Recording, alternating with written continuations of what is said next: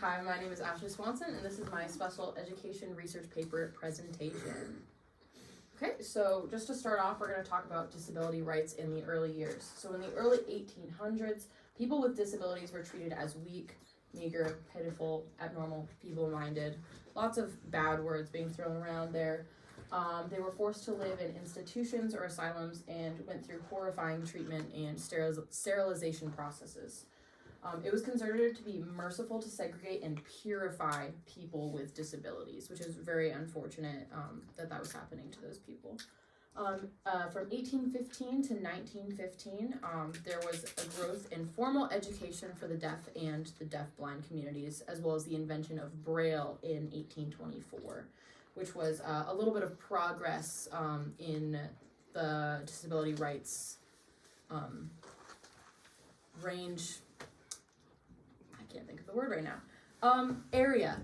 Moving on into the 1930s, World War I resulted in a lot of veterans with disabilities that the U.S. government needed to provide rehabilitation for. And Franklin Delano Roosevelt, who was the first president with a disability, advocated for rehabilitation for these people with disabilities.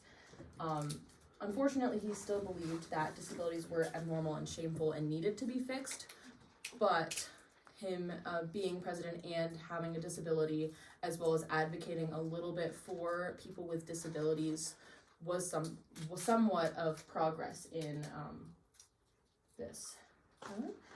There was also the League of the Physically Handicapped that was created in the 1930s, and this fought for employment during the Great Depression for people with disabilities. Moving into the 1940s and the 1950s, World War II veterans also were advocating for rehabilitation and vocational training, same as they were in World War I. They made disability inequality issues more visible, just due to the fact that the nation had more respect for these young men that had just gone out and fought. Right? Moving on to laws passed in the 1950s through the 1970s. In the 1960s, NARC grew to over 10,000 members. And from 1960 to 1963, President Kennedy organized planning committees to work on treating and researching disabilities. So making some big moves here in the 60s. Talking a little further than that, we have the Rehabilitation Act from 1973, and this prohibited discrimination on the basis of disabilities in programs conducted by federal agencies, employment practices of federal contractors. These same standards were used here to determine employment discrimination used in Title I of the Americans with Disabilities Act and in Section 501. In 1975, the Education of All Handicapped Children Act was passed, and this was a guarantee for children with disabilities to have access to public school education, which was a super huge step talking about disability rights, because before this, students and younger kids who had disabilities, especially ones that had visible disabilities, were excluded from public schools, and they were not allowed to participate or leave their homes. So this was a really, really big step and a really big progress into rights for people with disabilities.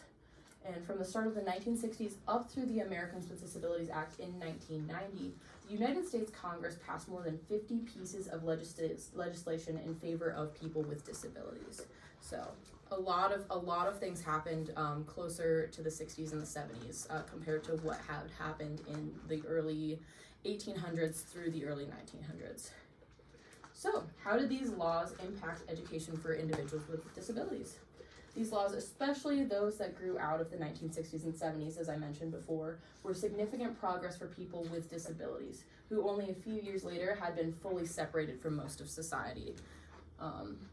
This also ties into the civil rights movement just a little bit with that them dealing with racial segregation. That same thing happened with people with disabilities at the same time, and they were very othered. There was a lot of conflict that came across that with people who did not have disabilities and how they would interact with people with disabilities and treat them as othered. Children, again, were now guaranteed public school education, and while there was still a lot of inaccessibility, there was now a bit more of awareness about the needs of people with disabilities and how the government and communities could provide for them. Going a little bit deeper into that, we have the Americans with Disabilities Act that came in 1990. The Civil Rights Law, this was a civil rights law that prohibited discrimination based on persons with disabilities, and it represents bipartisan support for persons with disability. This includes employment, public services, and places of public use are all required to be accessible for people with disabilities. There was promotion of equal opportunity, participation, independent living, and economic self-sufficiency that was really pushed in the 90s for this to happen.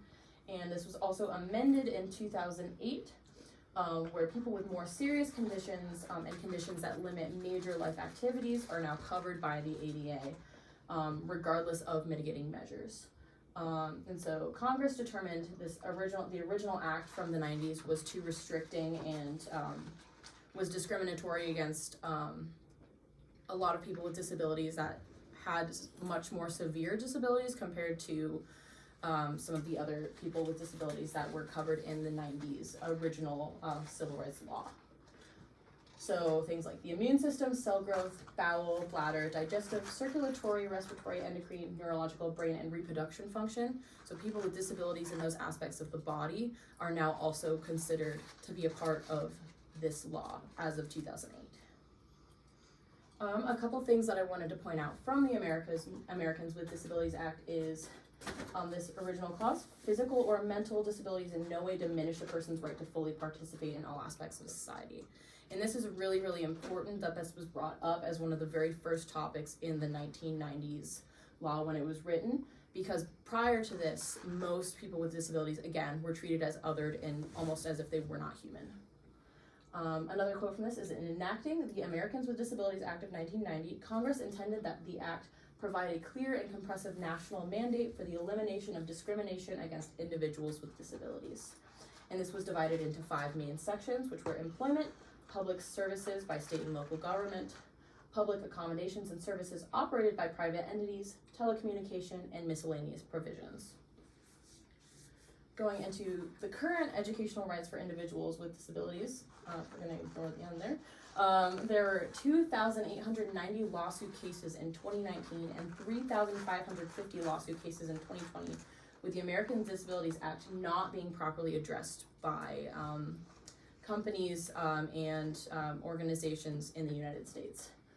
There are still issues of inaccessibility at in-person locations and online settings and meetings as well. And a good example of this is I have a friend who's in a wheelchair, and she had to drop out of her classes at community college because there was construction and there was no way for her wheelchair to get into the classroom that she needed to get into. So she had to drop out of college because of that. So that was about 3 years ago. So things are still not great. However, progress is being made. Now I would like to talk about the 6 principles of PL 94-142. And the first is free appropriate public education, which is every child with a disability is entitled to FAPE, emphasis on special education and related services, and they are required school plans of IEPs to track their expectations, progress, etc. through their teachers and the administration. Appropriate evaluation is the second, with children should not be subjected to unnecessary assessments.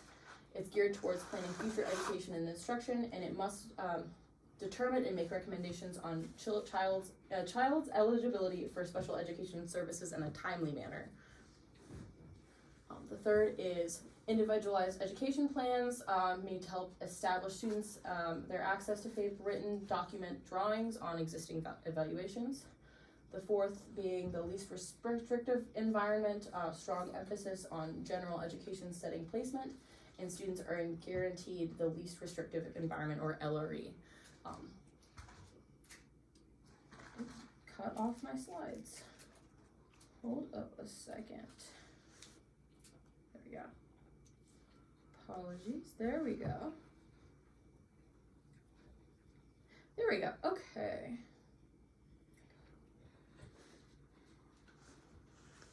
There we go. Okay, so the fourth, least restrictive environment. If students also cannot succeed in a general classroom, their IEP must find and Ellery that is best for students outside of the classroom. Going into parent participation, which is the fifth, parents and guardians or a child must be a part of the decision-making process and have equal right to participation and must be notified of all evaluations. And this is for IEP meetings within the classroom. Parents must be notified beforehand if there is an IEP meeting taking place. Next, we have procedural safeguards, and this helps students and parents or guardians enforce their rights under federal law to protect their children and protect their right of choice for their children.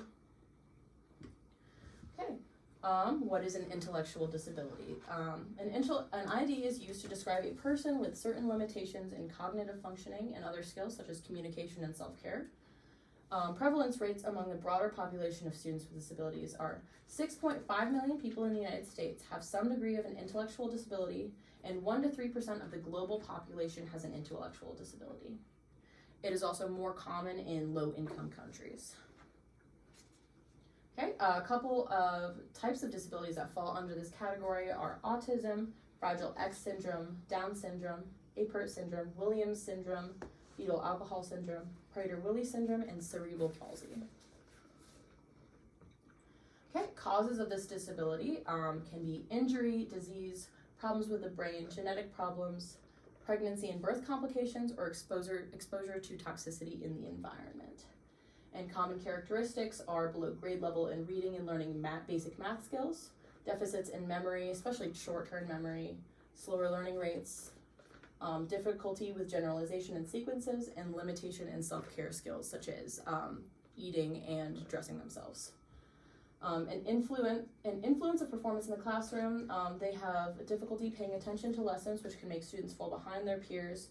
Memory retention and pressure of traditional standardized testing can negatively impact students, as well as inaccurately assess their general understanding.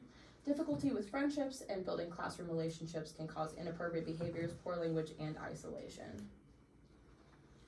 Okay, this disability is assessed. Sorry, there's it's being covered by the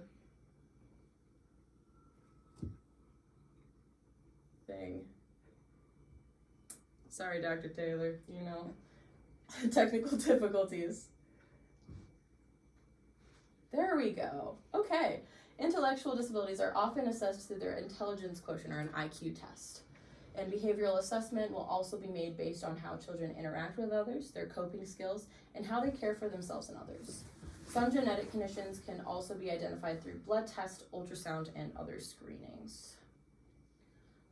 Some strategies that general education teachers can incorporate into their lesson in order to teach academic skills and accommodate a student with this specific disability include visual aids and support, scaffolded instruction, peer tutors or classroom collaboration, assistive technology access, regular feedback and concept reinforcement, and multisensory learning. Okay, now moving on to my fictional classroom. So in my music classroom, we would have 9th through 12th graders. There would be a band room or a music room environment. There'd be chairs and music stands without desks and tables. Students at this level all choose to be within this class, so all students show an interest in music and participating within my class. Students within my classroom are often from a very varied selection of backgrounds, cultures, ethnicities, and environments. Moving into my fictional student. In my classroom, we will be looking at a fictional student named Jimothy, who has Down syndrome. Due to the nature of Jimothy's disability, he qualifies for special education services within the school. Jimothy has a hard time focusing on the material presented in slides. He also struggles with some hearing loss. Well, in the history of rock and roll class offered by my school, Jimothy is struggling with processing all of the information provided in class lectures.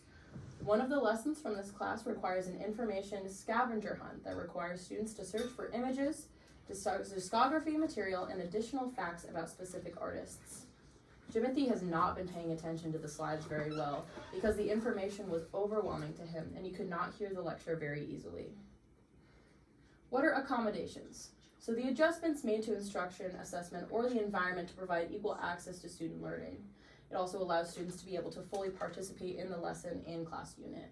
And modifications are the adjustment to the content itself and expectations of the instruction to match student learning. This can be used to make the material being asked more achievable for students. And the differences between these two are the accommodations for on the adjustment of instructional delivery, while modifications are an adjustment of the lesson material itself. To help support Jimothy in my classroom, accommodations can be made through visual and auditory examples of the information being presented, added into the slides. This will give Jimothy a better success rate within the class because there are more resources in different formats available for him to refer to, and hopefully gain a stronger understanding of the content. Another accommodation that can be provided to Jimothy could be a peer tutoring or pair-off program with some units of the course. This would allow Jimothy to work on his social skills with his peers while also gaining a new set of eyes to understand any assignments or information in a more comfortable light for him. A speech-to-text device below the slides would also be a helpful accommodation so that Jimothy would still have access to what is being said even though he still has hearing issues. Okay, now going into evidence-based practices. Using evidence-based practices with students with disabilities can benefit learning outcomes in the long run. One practice that can help is the show and tell method. This begins by talking about concepts or procedures of the lessons and then providing visual evidence to help show it. For Jimothy in the rock and roll history classes, this can be useful because it will be provided with additional resources and visual connections to help him better understand the content. A second practice that can be super helpful is the think, pair, share method. This involves students working on a prompt and then talking with a partner about what they think. This can be useful in a classroom with Jimothy because it will give him the time he needs to think about the question and be able to talk through with a peer about what he thinks. Okay. Overall, it is important as an educator to make sure that all students have the accommodations or modifications that they need to succeed. And there are so many resources that should be observed, and it is crucial for future educators to understand the journey that these people with disabilities, especially their students, have gone through in order to get where they are. From the 1800s onwards to the American with Disabilities Act in 1990 and the amendment in 2008. While there are still, it's still a work in progress, and there are still like so many difficulties and inaccessibilities within the classroom. I should just turn off my phone. It's crucial for educators to make sure that we are aware of the journey that these students have gone on. And here are my sources. I thank you for watching this whole video, Dr. Taylor. Yeah, okay.